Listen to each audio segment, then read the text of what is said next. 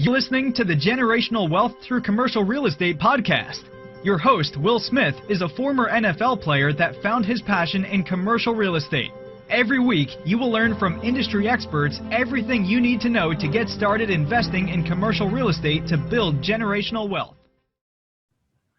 Thank you for tuning in to the Generational Wealth Through Commercial Real Estate show. It's your host, Will Smith, and I'm here today with a very young investor. Her name is Oia Eng, and she helped her father co-author the book 10 Commandments of Investing in Real Estate, San Eng. And a lot of you guys probably know him from Facebook and doing a lot of deals around the country.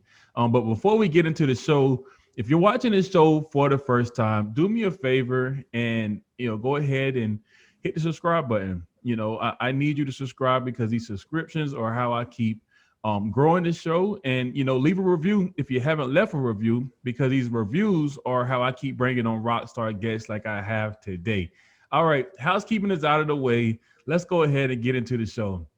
So Oia, tell us a little bit about number one, who you are, how old you are, because some people are not going to see the video, how old you are, and what are you doing in real estate? Yeah, thank you so much for having me. I'm Oia. I'm 17. I'm currently in Toronto, but I go to boarding school in New Hampshire. And I have been interested in real estate for a few years, have not acted upon it until recently, but I think I'm lucky in the sense that I grew up in a family that has a lot of experience and is doing a lot of real estate. Like you mentioned, my dad and my uncle, who I actually learned the BRRRR strategy, buy, rehab, rent, refinance, repeat. And so I learned that strategy, I think 2 years ago from my uncle who works out of New Jersey on very small multifamilies. Yep. And then this quarantine, I wanted to learn apartment syndication strategies on a bigger scale. And so I watched, I think, like 20 videos from Brad Sumrock about apartment investing and kind of learned the ins and outs of it. But those are my interest areas. I do not have too much experience in investing, do not own any properties, but I'm just looking to learn. So I wanted to bring you on the show because number one, I want the listeners to know that you're never too young to get started, learning the game, because you have to learn about real estate before you can invest in real estate. Well, obviously you can invest without learning, but then you're going to lose your money, right? So we don't want to do that. So, be like Oia and get in and get your research done, because now I guarantee you when she start coming into some money, she's going to know exactly what to do with this money when it comes to real estate, right? So let's talk about this book. What was the idea behind the 10 Commandments? Well, give me the exact title so people can look it up and go ahead and buy that as well. But let's talk about this book. How did you guys come up with it? Yeah. So I guess I'll start with my side of the story. I guess my story starts pretty early on because I was very lucky to grow up in a very loving family with really good education. And but I also hung out with my grandparents a lot and talked with my parents, and they came to America as immigrants, and they were penniless and couldn't speak English. And the way that they were able to become successful in the future was primarily through education. And so I've also moved around a lot and been exposed to a lot of different cultures and different people. And so I've seen a lot of inequalities of the world. One of my most memorable trips was when I went to Cambodia, and in Cambodia, there are actually these villages that are built entirely in cemeteries because these people can't afford any other housing. And so the government just kind of pushes them into the cemetery. And so they're literally living between tombstones, or some of the shacks are even built on top of tombstones. Wow. And so, for me, that was a very striking image. And I really wanted to be able to help through education, and specifically financial education. And so over quarantine, that's when I started joining the book. And I guess more about the book is that it actually did not start out as the 10 Commandments of Investing, which is what it's called now. If you just Google that, that's how you can find the book. It started out as something called the Investor's Bible. And that was not something I was really part of. It was essentially a Cliff Notes version of thousands of what we like to call investment wizards, or the greatest investors. And a Cliff Notes version of what their philosophies are, and Yeah. basically summaries categorized by investor. And so when me and my cousin Tim, who is a senior at Columbia, we were shown this book by my dad, and we were kind of like, we don't know if this is going to really sell because it's a little bit boring to read through. Obviously, the knowledge is very valuable, but you know, it's just wizard after wizard. And so Tim and I actually wanted to restructure the book, and that's how it became the 10 Commandments of Investing. And so I guess throughout that shift, what we did was we studied these wizards, of course, to kind of understand their philosophies. But we noticed that, first of all, a lot of these wizards had very common principles or common values. And second of all, some of these principles were a little bit outdated or contradictory. And so we wanted to kind of reconcile that. And then the last thing is also, a lot of the wizards were primarily old white men. And so we wanted to also include more women investors and investors of color. And so that's kind of how we built this 10 Commandments of Investing book. Each commandment is essentially what we believe to be an essential principle that you can use to smartly invest. So let's talk about those commandments. I'm sure you know them, off the top of your head. So what's the first commandment that somebody should be thinking about when they're thinking about investing? Yeah, that's a really good question. So I guess within these 10 commandments, I would say it can be split up into 3 parts. And so the first 2 commandments are actually about what we like to call like finding your space and owning your area. And so essentially, I guess for other beginners or young people like me that might be listening, I think it's really important to be able to identify an area that you're interested in, because it's hard to have it all and you can't be good at everything. So for me, that was real estate and interest in real estate. And then I would say the second section, which is about picking an investment and seeking religion in that. We like to call it seeking religion, but it's essentially seeking conviction and calculating like intrinsic value and of this investment. So kind of deciding upon the right one. And then the third section, which I believe is the last 3 or 4 commandments, we grouped together, and it's essentially marathoning the winners. Once you have them, you want to make sure, now that you know that this is a good value and is a good investment, go big, go bold, and invest a lot and keep it there. I think that actually this is probably the hardest part, even though you technically have to do the least work, because I think it's really easy, especially for me as like a young person, to be swayed by other people or be swayed by the market emotions. Yeah, I mean, there are a ton of like of people on TikTok. They call themselves like stock talk, and there are a lot of people. I mean, some of them I'm sure are very qualified, but some of them are not really backing up their evidence, or not backing up their investment with any evidence. And so for me watching it's a little bit hard not to be swayed. So I would say the last group is pretty important. Okay, so let's go over the first section then. So you said identifying your opportunity. Is that was the first one?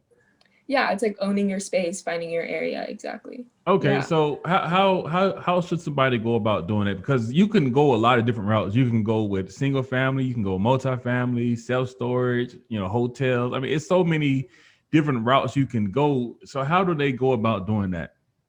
Yeah, so I think that the important thing about owning your space, and I guess more so finding your space, is to think about what your strategy will be. And I guess this isn't just applicable to real estate, but for example, like whether you want it to be long-term or short-term. For me, it's long-term because if I did short-term, I would have to do a lot of trading, which I don't have the time for as a full-time student. You also have to decide, and as you were mentioning, asset classes. And I think finding an asset class is hard, and you might not always find the right one the first time. And so for me, I was lucky because I have learned about real estate for so long. So I was just kind of drawn to that. But to me, I think doing research is really important, and not just doing research, but actually like trying to get more like hands-on experience. I know like over quarantine, obviously I couldn't travel and I was stuck here, but I learned to underwrite over quarantine just by kind of copying my dad and following what he was doing. And so even though I had done so much research on real estate, I think actually doing the underwriting for an actual deal and practicing that was very different and showed me a lot more about real estate. So that's my advice for the first kind of group. Yeah. So I'm just trying to sum it up so people really understand it. So the first one is to really kind of find, the asset class that you want to be in, right? And then once you find that asset class, do your research on really kind of understanding everything that goes into that asset, and you mentioned underwriting. And for those that don't know, this may be your first time watching a real estate podcast. Underwriting is really you taking apart the financials of the property and seeing what the true value is, and is it really worth what they're trying to sell it for. That's in a nutshell what underwriting is. Wouldn't you agree? Yeah, completely agree. Got you. Okay, so let me ask you this: what did you learn from underwriting that you didn't anticipate, or when you actually started doing it, what was different than what you read about in the book? That's a good question. So I guess for underwriting, when I was only observing underwriting and kind of my dad would send me like the models that he went through for actual deals and I would kind of comb through it. Yeah. I was very surprised by how many just numbers there were and how hard it was to like distinguish between each other. Right. I think to me, kind of just being able to dissect every number and understand what does this number really mean. Like, yeah, you have a number on the screen, but what does that mean for the property? What does that mean for the outcome? Right. I think stuff like that, learning concepts like cap rate, that was really helpful. And I think it was also very hard. And I'm still learning underwriting. Yeah. I think we all the more practice. Yeah. Everybody's always trying to learn more and more about how to underwrite a property. Yeah. Yeah, it's definitely something that you just got to keep working at. And the more deals you underwrite, the better you will get at it. So, keep at it for sure.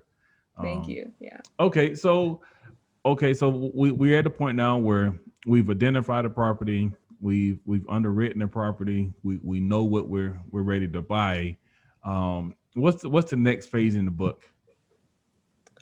Okay. So I guess kind of, I'm not sure if this really matches directly, but the second phase of the book is also talking about respecting market cycles and learning the emotions of the market, as well as seeking religion.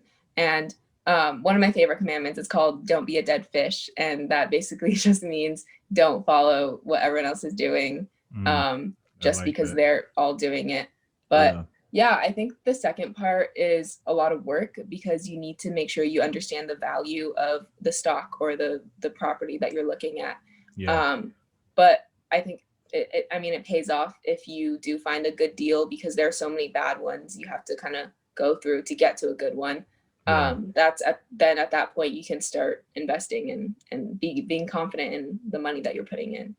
Yeah, no, you bring up a really good point there. And I like the don't be a dead fish commandment, because if you think about it, there's currents, and if a fish is dead, it's just kind of flowing with the currents. And any market that goes up and down, whether that's the stock market or you're talking about investing in real estate, the market, it goes up and down. And it's easy to just jump in and say, oh man, everybody's buying now, it must be a great time to buy, so let me go ahead and buy. But, have you really looked at how the market has trended over the last 8 to 10 years? Do you know when you're going into the market, are you buying at the top of the market, or, is there still room for the market to grow? You got to think about all of those things before you jump into a market. So don't be a dead fish, like Ia said. Don't just kind of flow with the currents and think that, everything's going to be good because everything has been good, because things can change. Coronavirus can happen, and people that was, all about moving into the city, downtown, now they're moving to the suburbs. So if you was, hey man, the market is, everybody's saying downtown's where it's at. And if you're not really paying attention, you'll be making bad investments. So that's really, really good commandment. Yeah, that was a good one. Okay. So tell me, after we get to the point where we've done the market research, because it's important to look at, the jobs, what kind of jobs are coming into a marketplace, the diversity of jobs, right? You want to be thinking about population growth. Is the market growing, or is it subtracting? Like, is it getting smaller? So all of those things play into if a market's going to keep running, or if it's going to start going downhill. So That's some important things. But what else should we be thinking about, or in the book, like referring back to the book, what is the next thing somebody should be thinking about outside of that? Yeah, so I think that once you've identified an investment, before you even like go in and invest boldly, you also just want to be patient, like you said, because you don't want to be investing at the top of the stock or the house, I guess. Yeah. Um, but once you do invest, you want to make sure you go boldly. And after that, I think it's just a matter of patience and marathoning the what you believe to be a winner, what you believe to be a really good stock. And in the latter section of the book, we also talk about diversifying and how you can choose, what is a good amount of stocks, or what is a good amount of variety in your investment. And I Yeah. think one might be a little bit more controversial and has a lot of different opinions, because I mean, for me, I'm a student, as I've mentioned, and so it's really hard for me to be able to keep up with 10 or 20 different stocks Yeah. regularly, that if I'm going to invest in it. And so I started investing, like I started physically putting money into my portfolio in March. Yeah. And so I made sure to invest more in technology stocks in light of COVID. And so I actually only have 5 to 6 stocks, while I know like my mom has, I think, like 80 stocks. So Yeah. I think it really depends on who you are. And I think it's also controversial because when my dad went to college, he was taught by his professors that the right number, if there, I don't think there is one, but the right number was 10 to 20. And Yeah.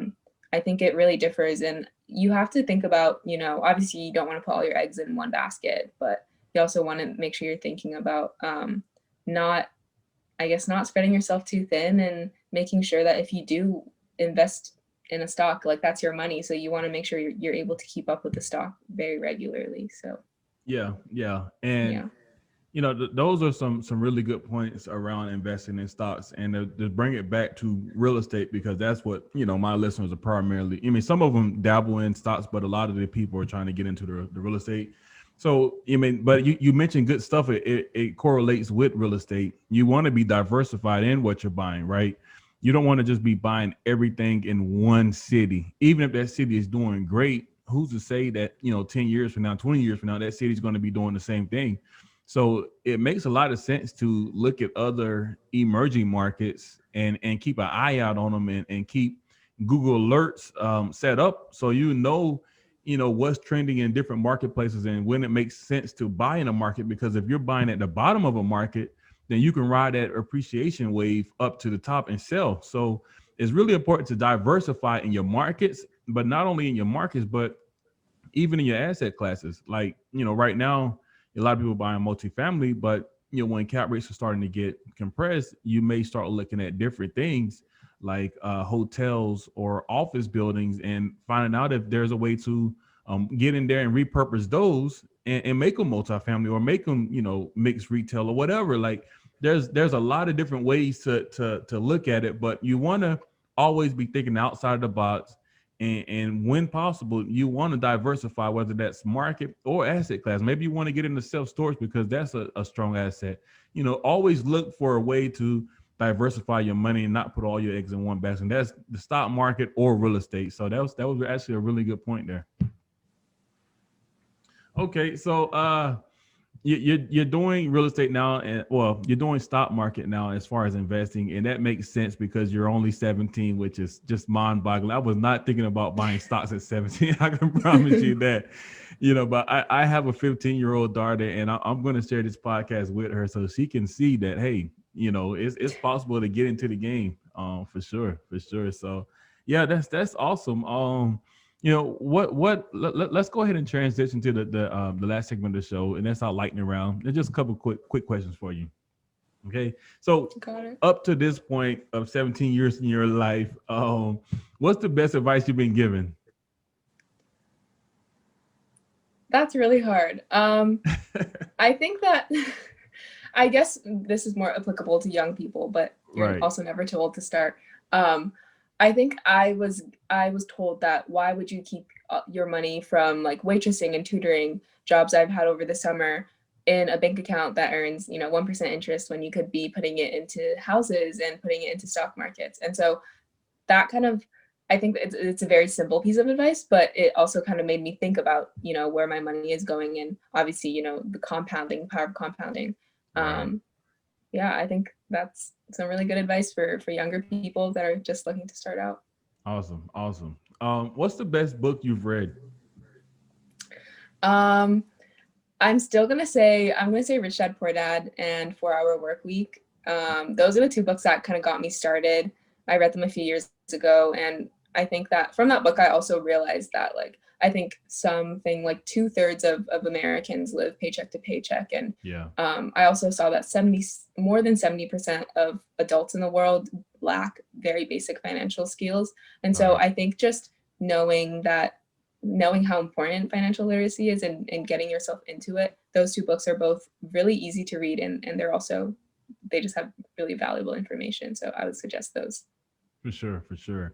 Do you have any rituals that you've created that's making you better at what you do right now?